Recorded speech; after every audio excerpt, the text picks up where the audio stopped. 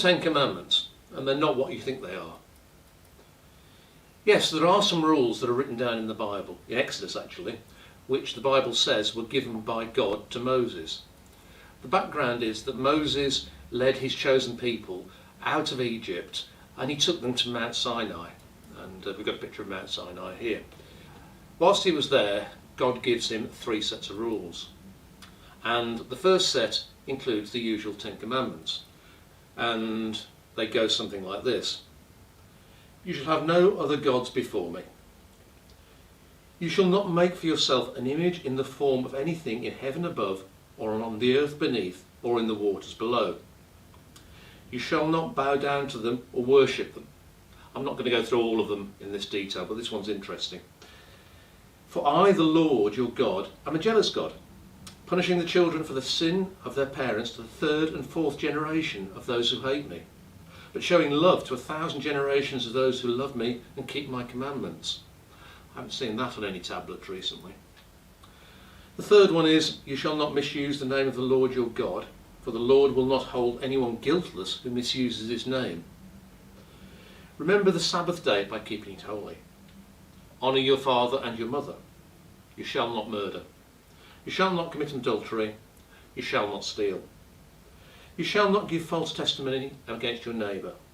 And you shall not covet your neighbour's house. You shall not covet your neighbour's wife, or his male or female servant, his ox, his donkey, or anything else that belongs to your neighbour. So that is the 10 that we know pretty much. But it's not left there at all in Exodus. It goes on and on. There's 53 more rules, in fact, in making a total of 63 in total. So, what do they include?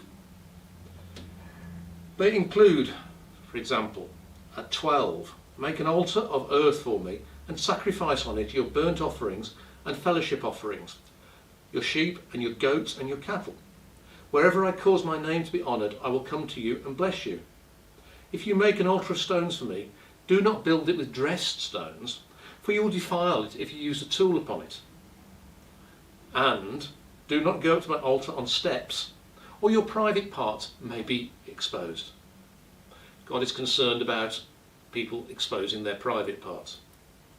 At 20 in the rules come, anyone who beats their male or female slave with a rod must be punished if the slave dies as a direct result. But they are not to be punished if their slave recovers after a day or two, since the slave is their property. An original one. At 36 we get, anyone who has sexual relationships with an animal is to be put to death. And at 43, and this one's a bit of a wow, you must give me the firstborn of your sons. Do the same with your cattle and your sheep. Let them stay with their mothers for 7 days, but give them to me on the 8th day. Wow.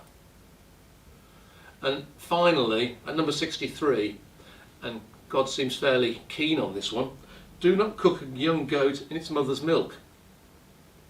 Just don't do it. So, God isn't finished yet. He wants to give Moses even more laws and rules. And they're all associated with building a temple or a tent to him.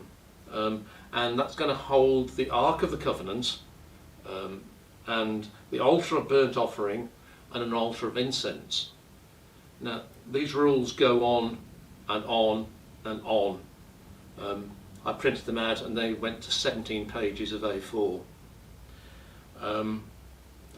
Just to take one example, and it is all very specific on building the temple, and here the priest is going to be consecrated. It's, bring the bull to the front of the tent of the meeting, and Aaron and his sons shall lay their hands on its head. Slaughter it in the Lord's presence at the entrance of the tent of the meeting. Take some of the bull's blood and put it on the horns of the altar with your finger, and pour out the rest of it at the base of the altar. And on it goes and gives details about what to do with the kidneys, what to do with the fat, and the details of how the temple and the tent are to be built are very specific and go on at extreme length. God eventually writes it down on 2 tablets for Moses. He gets the 17 pages of A4 onto 2 tablets. Moses takes the tablets down the mountain, and he's 80 by this point, by the way, so he seems to be pretty fit at that point.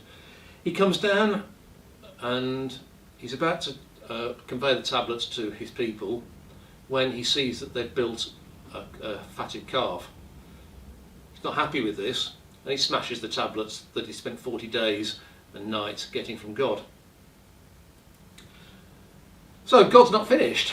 He wants to give Moses even more rules, and he says this time these are going to actually be the 10 Commandments.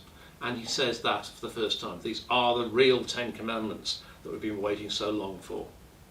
And at number 1 we have, be careful not to make a treaty with those who live in the land, for when they prostitute themselves to their gods and sacrifice to them, they will invite you and you will eat their sacrifices. And when you choose some of their daughters as wives for your sons, and those daughters prostitute themselves to their gods, they will lead your sons to do the same. I don't really remember that in the usual 10 Commandments version.